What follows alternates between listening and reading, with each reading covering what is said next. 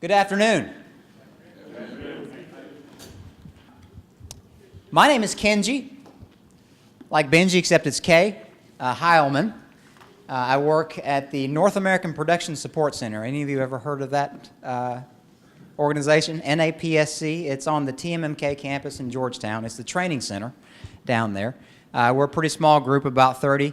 Our main role is training trainers for various programs in Toyota. I know we have an FMDS session going on next door. He is one of my coworkers, Wayne is. So I'm also responsible regionally for several training programs where I help to train trainers at the plant so they can train those programs at their locations.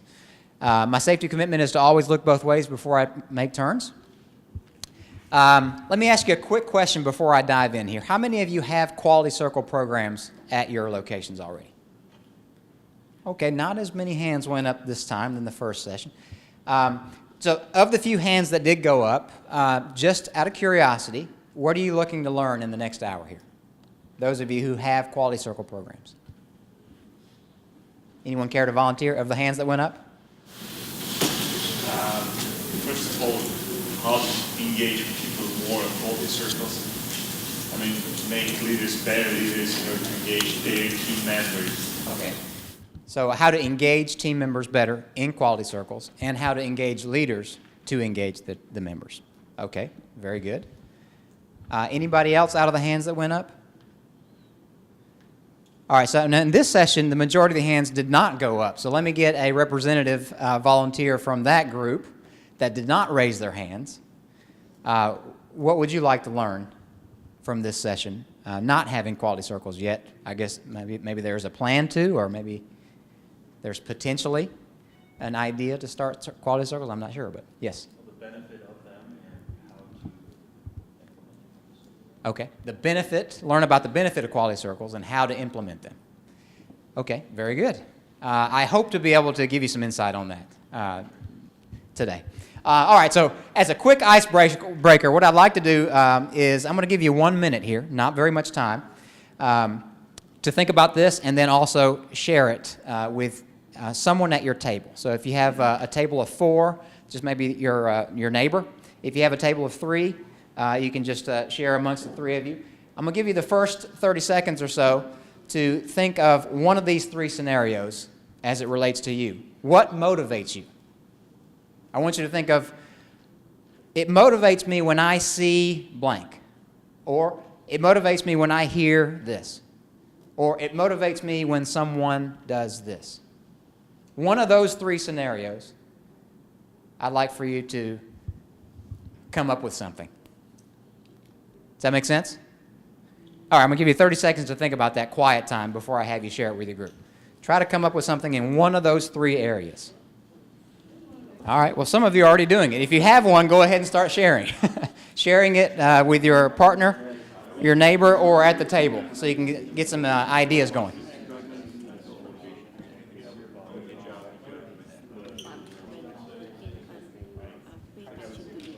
All right. So let me ask one of the back tables here. Share with us one thing that someone said from this activity.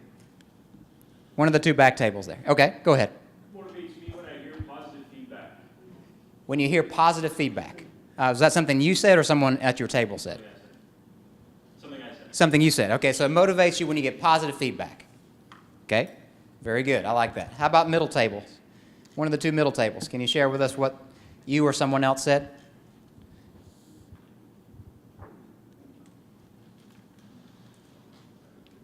Okay, go ahead. It motivates me when I see employees or processes struggling to meet goals. It motivates you when you see employees or processes struggling to meet goals. It motivates you when you see that? Is that coming from a manager's perspective? To take action. It motivates you to take action, to help them. Correct. Okay, very good. I like that. All right, and then finally one of the tables here in the front. Let's get one more up there. Okay? I guess I'll use one I use that see ownership in the process. It motivates you when you see ownership in the process? Okay. Is that coming from a manager's perspective as well, or just in general? It kind of, well, me in general, but we also talk about teamwork. It kind of goes hand in hand. Okay. All right. So when you get positive reinforcement, when you see a team struggle on the floor, it motivates you to take action. And then when you see ownership in the process. Okay. Very, very good. So why did I do this as an icebreaker? Really, because this kind of does two things. Number one, thinking and talking about what motivates you sets a positive tone in an immediate sense, because people like to, think about stuff like that. And then it's also good information for a manager. How many of you are managers of people in here? Looks like most of you are. It's good information to have in your back pocket, is it not? So that when you can talk to someone, even if it's a week or month or a year later, if you have that information, you can bring that up and you can build trust and be more effective as a manager if you know your team members a little bit better, right? Okay, very good. Just a quick background on me. I've been with Toyota since 1998. I started as a contractor for about 2.5 years at TMMI, the Indiana plant. I was brought on when that plant was coming on board, and it was the greatest 2.5 years of my career, ironically, is when I was contracted. I was an interpreter helping that plant get started, and I was working with the mother plant trainers who were sent over to help us get our processes going. And I didn't realize it at the time, but I was basically a sponge learning how they practice the Toyota way every day. I eventually hired on officially in 2001 as a team member and took a lot of training roles. And I've been able to use a lot of what I learned in those initial years to share in a lot of my training roles. So I worked at Indiana through 2006, and then I transferred to what used to be the regional headquarters here in Erlanger in 2007, and I became more of a regional coordinator of the training versus just a local trainer at Indiana. Quality Circle program, I was the Quality Circle promoter at Indiana in 2004 through 2006, so I did have some experience locally promoting it. But now part of my responsibility is regional coordination of the programs across North America. So I am looking forward to sharing with you a little bit about our program, hopefully adding some value to those of you who do have programs, but certainly to those of you who don't or maybe are considering a Quality Circle program. You have a handout in front of you. I'll be going over it here shortly when I get into the theme completion portion that you're welcome to take with you. All right, so here's my flow for the hour, or less than an hour now. I'm going to go through the first part of this pretty quickly because I want you to actually experience a mini theme in this session before we leave today. So I'm going to start with a little bit of background and purpose of the program. And then I'll share with you some of the roles that we have, the structure we have in place around the quality circles and the training that we do, some of the tools that we have team members utilize and learn through. And then I'll explain the theme completion process with your handout here. I'll walk you through that. And then for the last 20 minutes, I'm actually going to have you experience it. What a team or a circle would go through over the course of maybe 3 to 4 months, we're going to crunch it down to about 20 minutes. Just so you can get a taste of the process. And I'll try to leave some time for Q&A. I didn't do a very good job of that the last session, but I'll try to leave some time so we can have some Q&A at the end. Any questions on the flow? Good?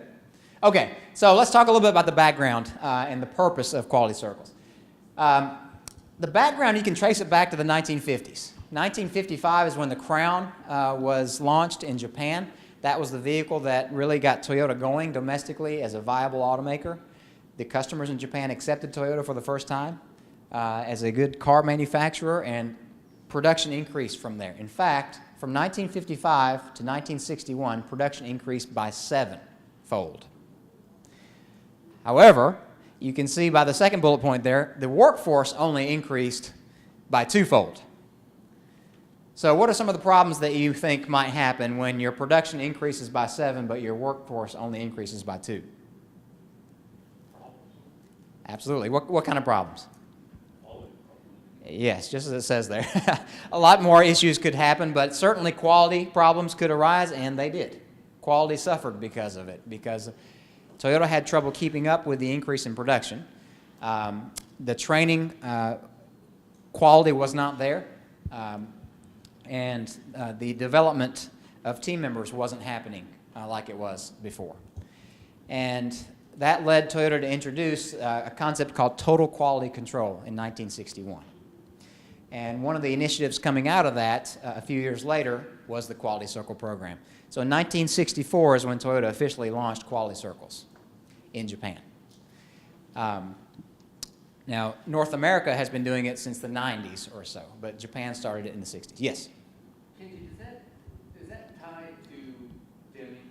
Like Yes. So is it directly tied to what Toyota implemented was tied to dimming's introduction? Yes, Toyota was a strong follower of dimming during this period, and between the time the Crown, the Crown failed in the U.S. when it got exported here. It took a couple more vehicle launches before Toyota got it right. In 1964, the third generation Corona was the first vehicle that hit the mark here. You really started to see the fruits of the initiative in the mid-60s. They got the Deming Award in 1964, or 5, I can't remember, 4 or 5, somewhere in there. But yeah, toward the end of that time is when Quality Circles began. And Quality Circles is basically trying to develop the workforce culture so that we don't have what you see in a lot of the conventional work places where it's a top-down environment only. Everyone's heard of PDCA, right? Plan, Do, Check, Act. A lot of times in a top-down environment, you are waiting for an assignment to be given to you, and you're dependent on that, so you just execute. You just do the do part. You don't do a lot of the plan part, the check, or the act. So employees are there just doing what they're told, right? Quality Circles, what we're trying to accomplish with this is develop more of an ideal workplace where all employees are practicing PDCA autonomously. Meaning, even at the shop floor level, team members have the skill and the motivation to understand what are our gaps, what are the problems that we need to solve. And then they have the skills to actually tackle those problems. And then they standardize their successes. So they're more autonomously practicing PDCA instead of just waiting for an assignment and executing it. And so Quality Circles is our main vehicle for developing team members to be able to do those types of things.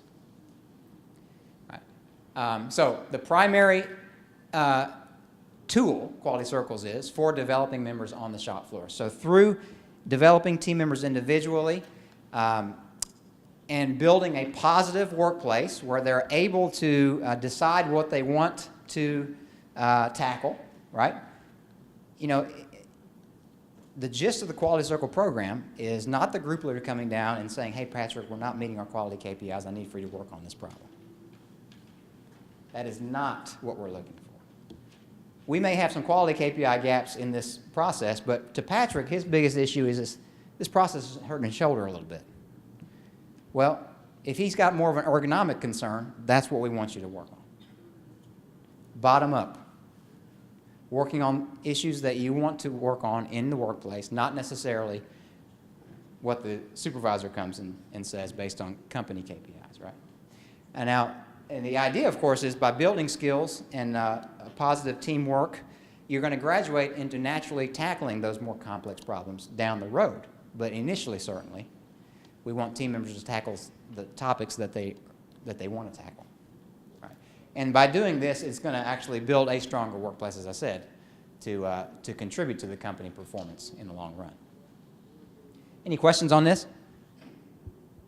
Okay.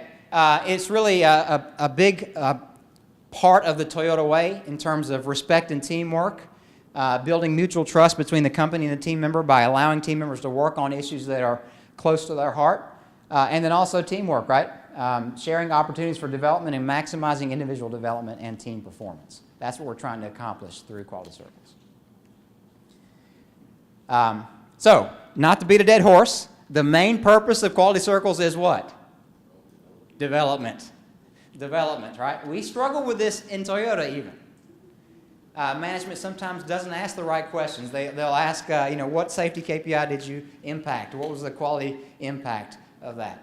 Now, those are benefits, right? I think someone said, what are the benefits of the Quality Circle program? Those are actually benefits of the program, but the purpose is development. Okay, a little bit about the roles. So we have specific roles that we use, language anyway for roles, and I want to share some of that. Let me ask you a question real quick. Who's responsible for this development? When we say development is a purpose, which job classification in the company is responsible for the development of team members? So it's not just one job classification, it's all layers really. Starting with manager, assistant managers, shop managers, they have a role in it. So do group leaders. We call them typically advisors. And so do team leaders. We call them circle leaders. So let me introduce the basic roles for all three of these classifications. So assistant managers and managers, their responsibility is to set the direction. So, make the annual plan, how to promote the program, those types of things. Create the environment. That is a big part of what we try to teach managers, is creating the environment for these types of activities to happen. It's tough for team members to do this because you're working 8+ hours overtime a day, and you got to have quality circle meetings. Come on. That's not easy. Teams got to get creative to meet. Sometimes they meet before shift. Sometimes they'll take 15 minutes to meet during lunch if they can, or after shift, right? Sometimes team members don't want to meet line side in their team areas. There's too many distractions there. They'd rather have a nice quiet area somewhere else in the plant. Part of the manager's responsibility is to make sure they can create the environment for these types of activities to happen. Then, of course, making sure that they're able to increase knowledge and awareness around the QC tools and developing the individual skills. So that means making sure that team members have access to training and support to be able to learn.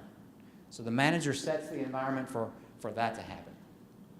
The group leaders are what we call the QC advisors. They support the manager in executing the plan, and they also advise the circle leader on operational aspects of the quality circle, theme completions and things like that. Monitor activity and performance. So you've heard of FMDS, right? The boards that we have: safety, quality, productivity, cost. And what's that fifth column that often gets forgotten? HRD, development, right? That development column is also the one that has the least concrete KPIs typically to track, right? So we challenge our group leaders to try to track some of the developmental KPIs in that fifth column of the FMDS board, whether it's a theme completion rate, team leader leadership rate. What percentage of our team leaders are actually circle leaders? What percentage of our themes that get started are actually getting completed? Even when we talk about the level assessment here shortly, those are specific ways to measure the development of each circle.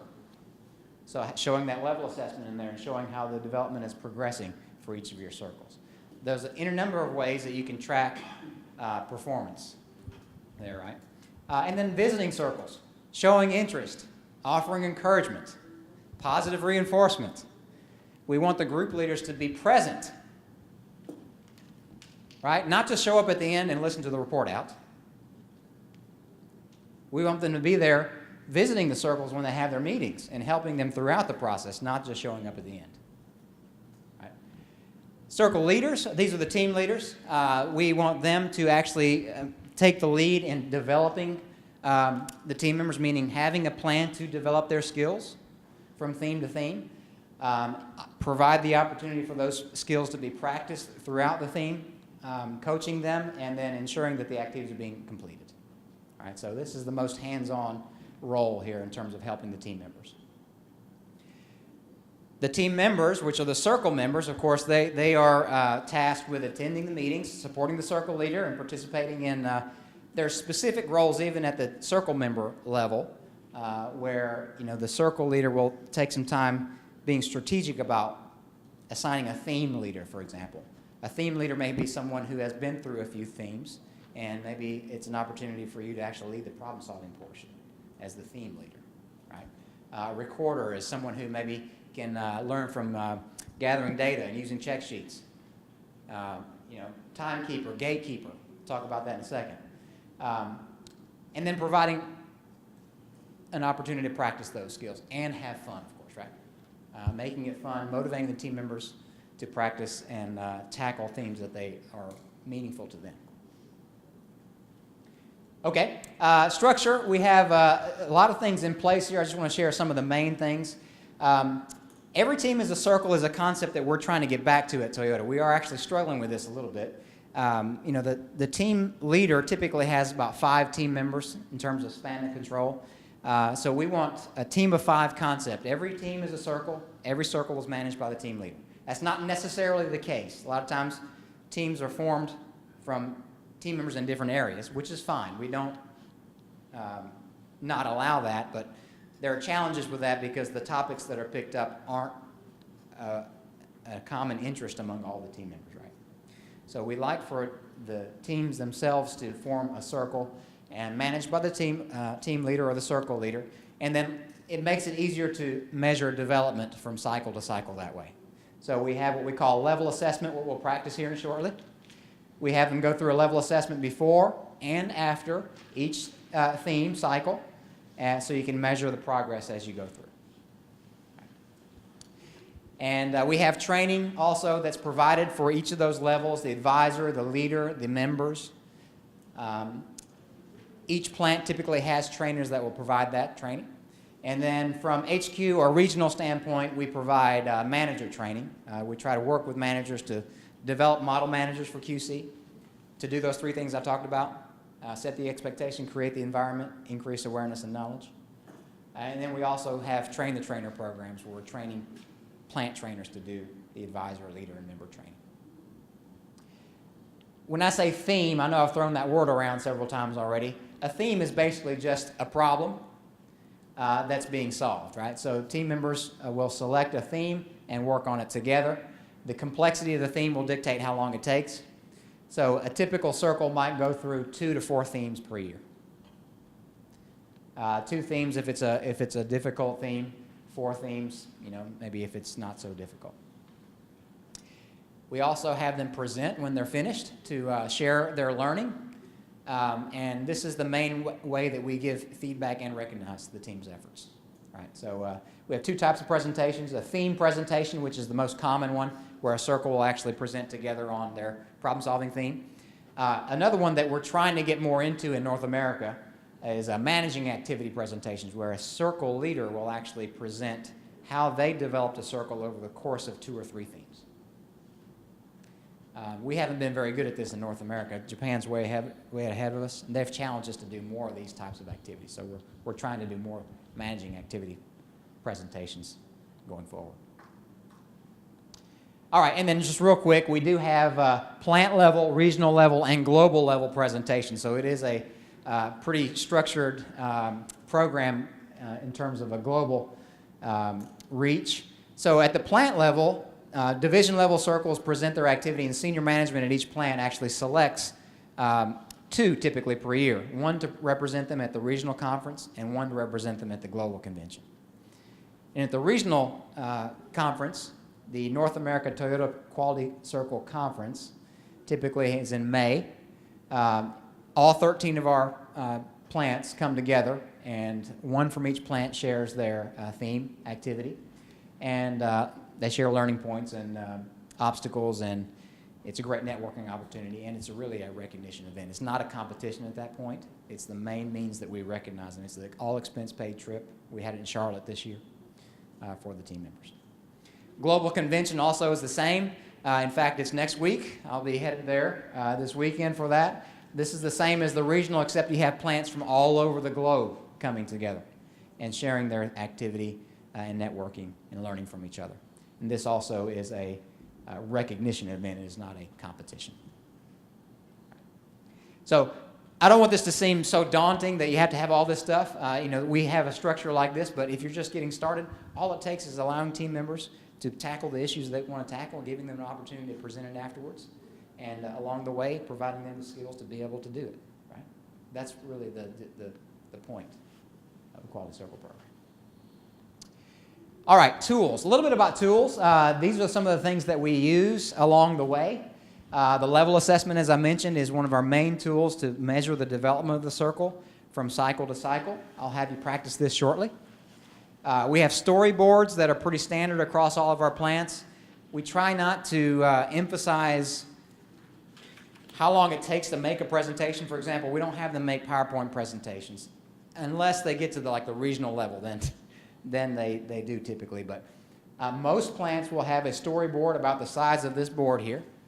It's a template, and they're just writing it in, like a whiteboard, or sometimes it's laminated, and they're writing their problem-solving story as it develops on the shop floor. That way the group leader or anyone can come and see how they're doing, and they can report out on it any time, right? Even if it's during the course of the theme. And then we have QC tools.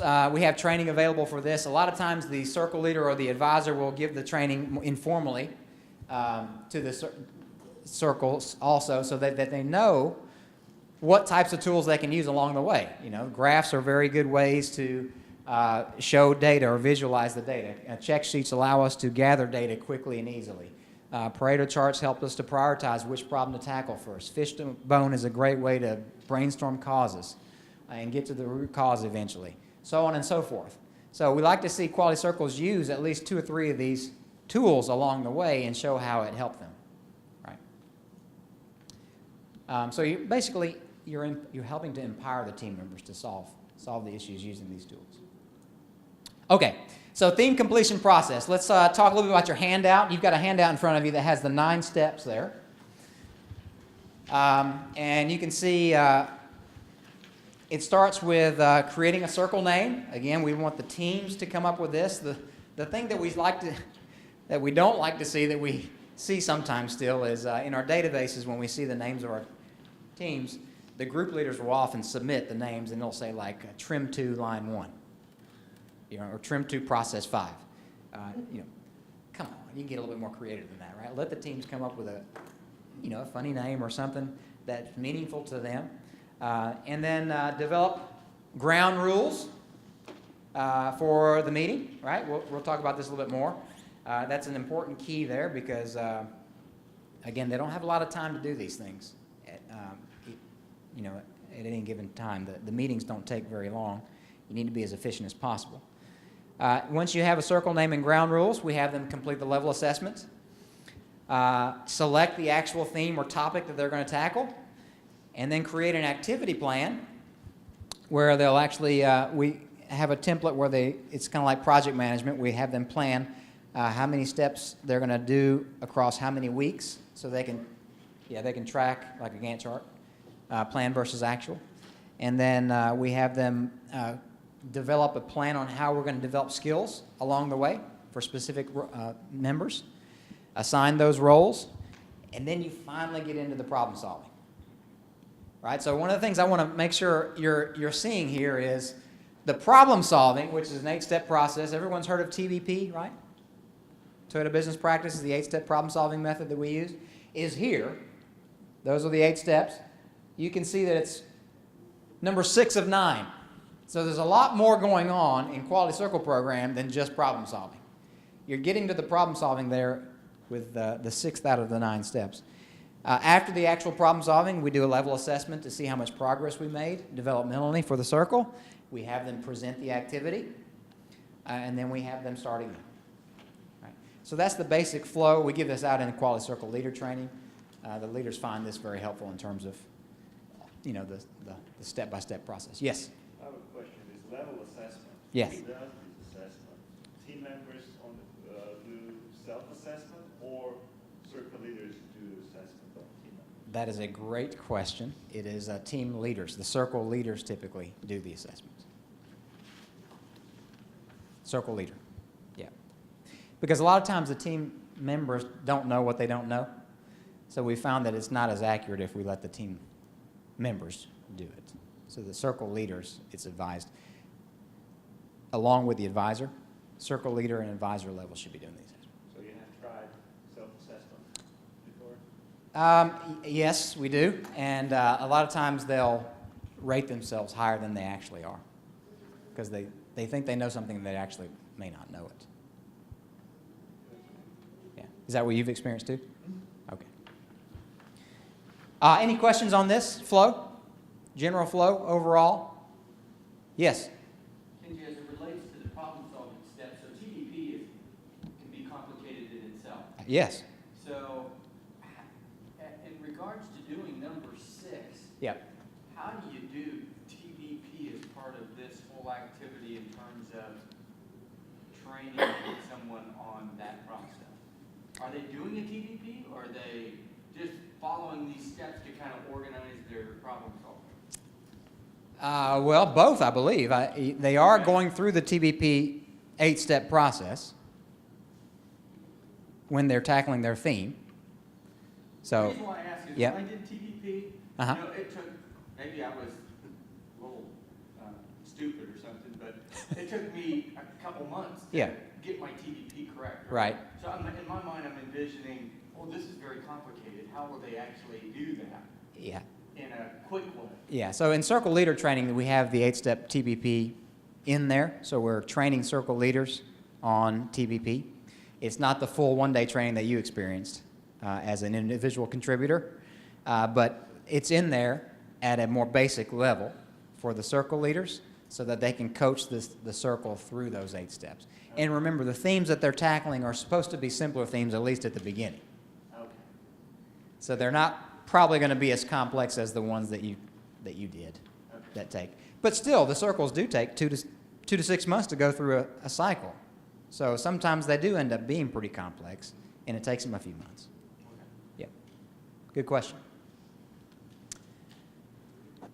Okay, so let's go through a theme with our remaining time I have left here. So we're going to experience a theme in about 20 minutes. So what I'd like to do here is we can do 1 and 2 together here. We come up with a circle name, mainly ground rules. I want to talk about that. After you come up with a name, ground rules is something that we stress here. Give me some examples of what a ground rule is. Don't be late. Let's start and begin and end on time. Absolutely. That's a good ground rule. What else? Set your meeting, what time, how long, So have a clear agenda for every meeting? Absolutely, right. Again, these circles only have 15 to 20 minutes at a time. So you can't be chit-chatting for 7 or 8 minutes of those 15 minutes because you're not going to get much done. So let's have a clear agenda every meeting. And we're going to begin and end on time. Right? I mean, if you're going to take 15 minutes of your lunch, let's make sure it's efficient and effective. Right? Or if it's after shift or whenever they're meeting, right? Okay, good. What are some other? You said, what else? Be respectful. So respect everyone's input. Everyone participates. There are no stupid questions. Absolutely. 1 or 2 more. 100% participation. 100% participation. Okay. In the previous group, someone said, no one monopolizes the discussion. That is a tough one. Right? So these are ground rules. So we have circles come up with 4 or 5 ground rules, come to consensus on 4 or 5 of these, and then the gatekeeper, which is one of the team member roles, or is responsible for making sure that we follow those ground rules, right, at all times. So those are the things that we do up front, and then we do a level assessment. So I'm going to have you try this. This is actually based on our actual level assessment. It's been simplified a little bit. So go ahead and flip. We'll give you I'd say 5. Where you think you're at? Is that a 0? So you got 1. Do we have the 4 boxes filled out, everybody? Yeah, so you guys are getting it. So you have 2 evaluation items for both x-axis and y-axis. You would basically average those out, right? Put the average in the bottom box, and then you would place it on the grid. So I saw some 1s and 2s, for example. If you got a 2 on one and 1 on the other, you'd be about 1.5, right? So if that was a 1.5. All right, so once we go through the level assessment, we actually have them select their theme. And we have tools for this too. I'm not showing all the tools, but we have a theme selection matrix that helps them understand, okay, how much of a common problem is this? Everyone experiencing this? If we don't solve this, is it going to get worse? To what degree will it get worse? So we have some evaluation criteria that helps the team members decide what might be the best theme for them to tackle. So they come up with their theme. And then once they come up with their theme, we have them put together an activity plan, which has things like a timeline. This is that Gantt chart we talked about. Some plants set their cycles in stone. You know, they may have a 16 or 18-week cycle. So we have them try to plan out to develop some project management skills. Okay, we want to take a couple of weeks for step 1 here, then 3 weeks for step 2, 1 week for step 3, so on and so forth. Then they can track plan versus actual as they work through the problem solving. So Pat, you can see here, a lot of times they're taking 2 to 3 months by the time they get into the problem solving. It's not like you're flexible in the office to work on something for an hour or 2 at a time. These circles are typically working 15 to 20 minutes at a time. So they're in a lot more challenged situation in a lot of regards. So it does take some time. And then we have some tools like this that, depending on where you ended up on the grid, it gives you some things to work on to help you get to the next grid or the next level. Right? So if your technical capability is pretty good, but your circle dynamics aren't, that means you're somewhere in this area. So that would mean, trying to get to know team members better. That exercise we did here, what motivates team members, building trust. If you're somewhere over here, that means your technical capability is not so good, but your circle dynamics are good. So this might be something like, okay, let's make a concerted effort to learn QC tools better, increase our knowledge, our harder skills knowledge, and things like that. So there's various things that we have them work on as they go through that grid. All right.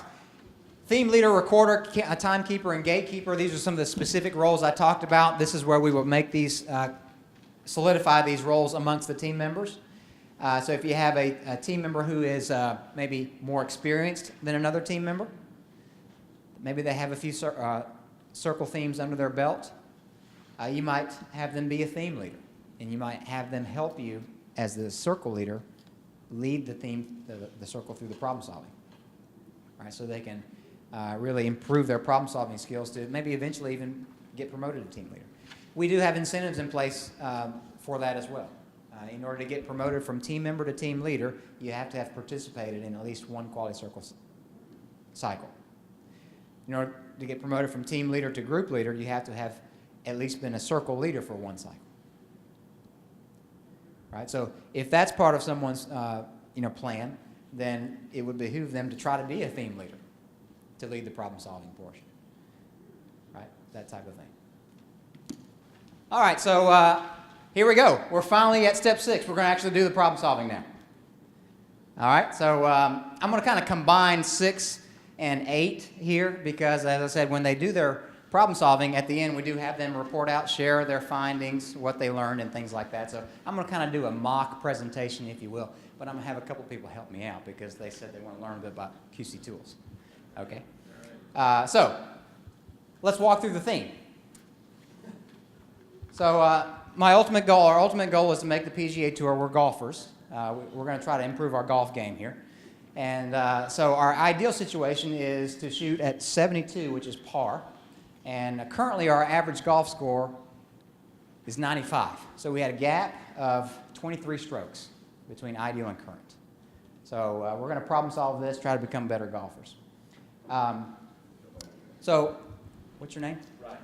Ryan? Ryan. Can you come up here with your paper? Ryan, who is our theme leader, is going to share with you what we did for step 2 of this theme. So if you could just read this portion. Sure. Break down the problem. Step 2 for step 2.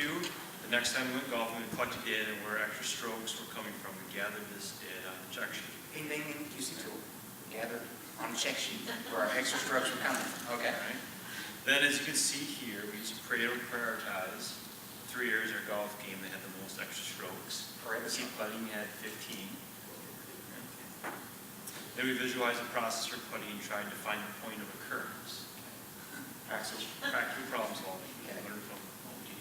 Very good. Yeah. We did this by having our coach observe us putt 10 times and study the step of our process. Okay. And we found that the backswing had the most issues, 3 out of 10. Okay. The backswing during putting straight only 30% of the time. So that's our problem that we're in. And then we found it is helpful to use tools such as check sheets to make the data collection easier. Prioritize which problems that. Very good. So we picked up a couple of QC tools there in step 2. All right, give Ryan a hand, everybody. Excellent. All right, so I'll pick it up up from there. After we found what problem we need to solve, backswing during putting is straight only 30% of the time. We set a target. We want to improve the straightness of our backswing during putting from 30% to 100% of the time in 1 month. So then we moved on to step 4. And who's my other volunteer? What's your name? Fran. Fran is going to help present step 4. So if you would read, you can do it from there. Stay here. Okay, so step 4. We started our specific with our specific problem. Backswing during putting is straight only 30% of the time. And we tried to brainstorm possible causes using fishbone diagram. Okay. As you can see here, we brainstormed several causes and listed them on a large bones of fish. Then we studied each possible cause to verify whether it was true or not. By doing this, we were able to eliminate several possible causes, which are marked with an X. Based on facts, we were able to verify the direct cause as our arms don't stay locked during the backswing. So we started our 5 why analysis from here. Why don't our arms stay locked? We found that it's because we're using our arms to swing back. Why were we using our arms to swing back? We found out from the coach who observed us that it is not the proper technique. We were never aware of this. So our root cause that we need to countermeasure was unaware of the proper technique for the backswing during putting. It was valuable to organize our thoughts on a fishbowl and going through this analysis together to find the root cause. Very good. Everyone give your friend a hand. All right. So we got a cause and effect diagram is the official term here for a fishbone, but we've got a fishbone under our belt now. So fishbone is a great tool for team problem solving to collect everyone's ideas and brainstorm together what are some possible causes to the problem. And then you find out which causes are true and which aren't, and then you do your 5 whys based on the direct cause, and you find the root cause. So that's a good way to grow and develop in the area of root cause analysis. So then from there, we tried to come up with some countermeasures on the root cause that Fran helped us get to, unaware of the proper technique. So one of our countermeasures was to continue with a coach over the mid to long term to teach us the proper technique and continue working with us. That's going to have some cost implications. Or, this is a fairly simple technique that we learned from the coach. Can we just self-practice based on some maybe YouTube videos or something we can do by ourselves online? And once we looked at the criteria, we felt like this was a better way to go. It doesn't cost as much. It could be effective. It's very feasible. So overall, we went with this. We tried the practice based on some self-study through YouTube videos, and we implemented that practice over the next couple of weeks based on our activity plan timeline, weeks 12 to 14. And then after that, we actually did the same check that we did in step 2, where we looked at the putting process, and we were able to verify that our backswing stayed straight 100% of the time. We were not using our arms anymore. We learned from the video that we're supposed to be able to put a plate here, and then use our shoulders as a pendulum and not use our arms. So we started doing this, and we found that our backswing was straight every time. All right, so we hit our target, and we also were able to reduce our overall gap from our step 1, 23 strokes, down to 13 strokes. So we're able to eliminate 10 extra strokes during putting just by fixing our backswing.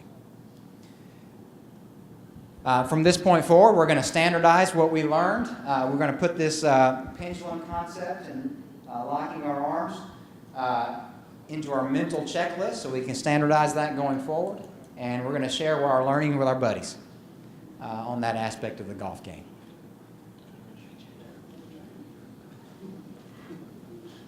After the theme is completed, we would have them go through a level assessment just like you did just now, the after level assessment, and hopefully see that they are growing on this grid. So, hopefully they're going from here to here or something like that.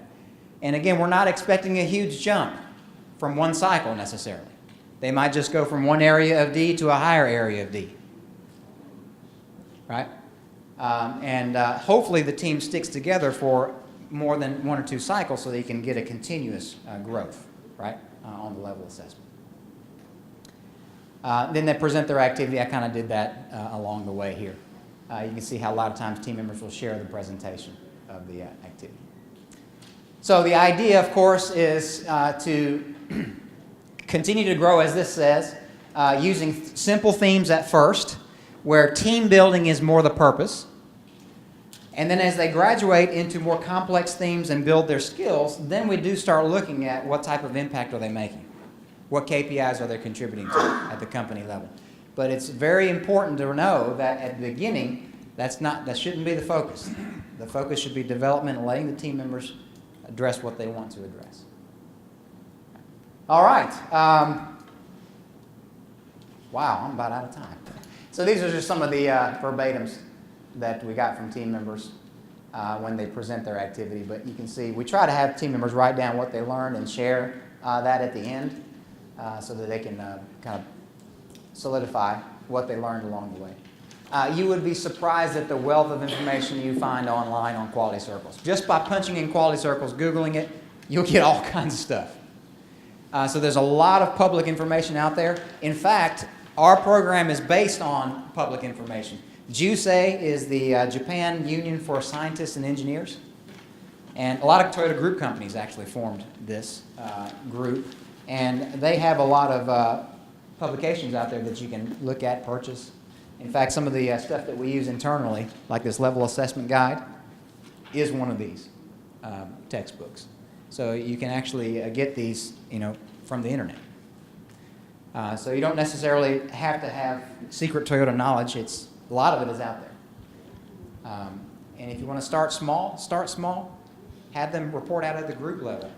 And as a manager, come down on a flip chart or whatever and support them, praise them, and help them develop their teamwork. So in Japan, we don't see a lot of this here, but in Japan, does anybody know pachinko? It's like a slot machine. The themes that they pick up is key at the beginning. They allow circles in Japan to work on pachinko, how to get better at pachinko. Pachinko is like a slot machine. Gambling, it's legal in Japan for adults. They have these parlors where they go and how to get better. Golf, even a non-work related theme the first time is okay. Or even a theme that is not even on the group leader's radar is okay. Let the team leaders work on what they want to work on and build their skills, and then from there they'll naturally start to.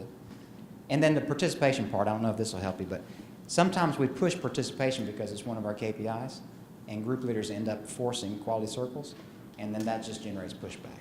So don't push the participation as much, and that tends to help. Allowing them to understand the problem-solving process and going bottom up with a proposal this is a mechanism that will help you propose an improvement. So if they have something that they want to fix, allowing them to build the skill to go through the problem solving to propose it might be appealing enough for them to try it. I don't know, did that help in terms of overview of the program? Yes, thank you. All right, thank you very much. I appreciate your time, everybody.